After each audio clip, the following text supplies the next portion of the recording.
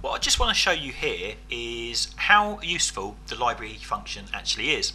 It may be that whether you've got local content scanned in or online content, it is a very, very useful function. And you know, a lot of people over the last few years, certainly, because they've been using online streaming rather than local content, have missed out on the library function. So let's just have a look and see how powerful it is.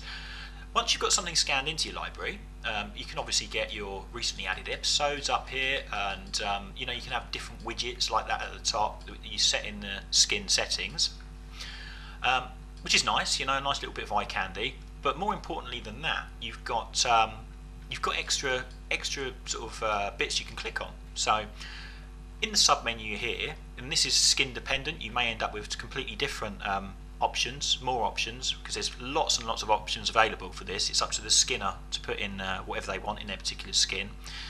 So we've got sort of things like recently added, and that will show all of the most recently added.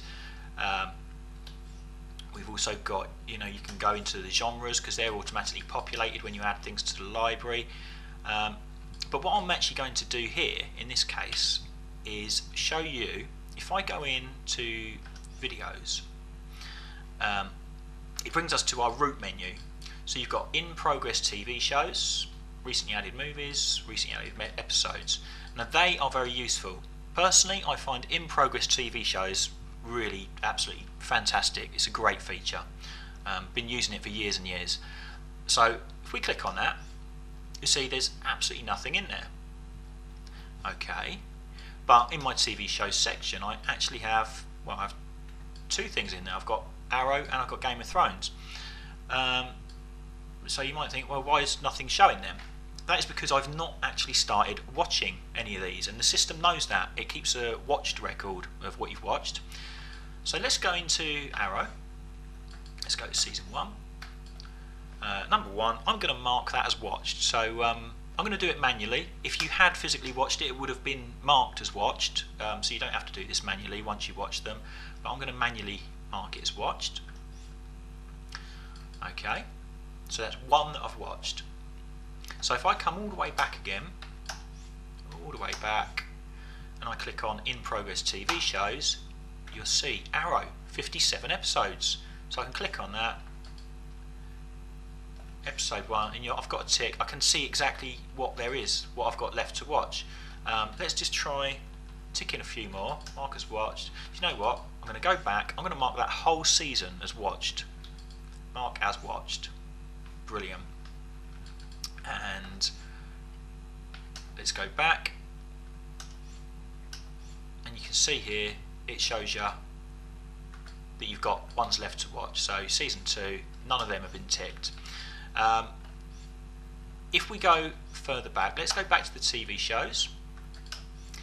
And let's try, well, what I'll do is I will mark all of Arrow as watched. So if I bring up the context menu on there, mark as watched, it's got a tick next to it to say it's all been watched, and you can see in here they've all been marked. And let's just add one, oops, let's add maybe season 1 of Game of Thrones as watched. If I come all the way back again, in progress TV shows, you'll see Game of Thrones, but no Arrow. That's because no new episodes of Arrow exist. Now this is where you'll realise how useful it is. If you've got your library to auto update, whether, like I say, whether it's scanning a local library or online library, it's all the same. When you go in here, it will show you the shows that you've got left to watch. So it's especially useful when you've got a really, really huge list of things to watch, and you can just click in there, see what's new, and there you go. I mean, we can just check that out one more time. If I go to title, Arrow, let's say season 3, there's only one left to watch. So mark as unwatched. I'm going to come back out. In progress, and you can see here Arrow is now back, and it's not got a tick on season 3, so I know there's one in there that I've not seen, and there you go, that's it. So it is really, really useful. Like I say, if you've got a very large library, it's a great way of keeping up with your TV episodes.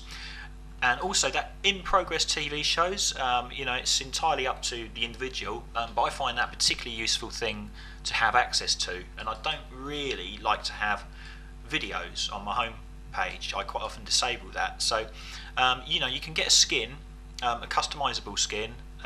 Unfortunately, the standard Confluence can't be customized in this way, but there's a customizable version, and there's plenty of other skins where you can customize them in these skin settings, and you can add things like that to the sub menus. So for example, in TV shows, I would add one in there called in progress or watching or whatever you want to call it.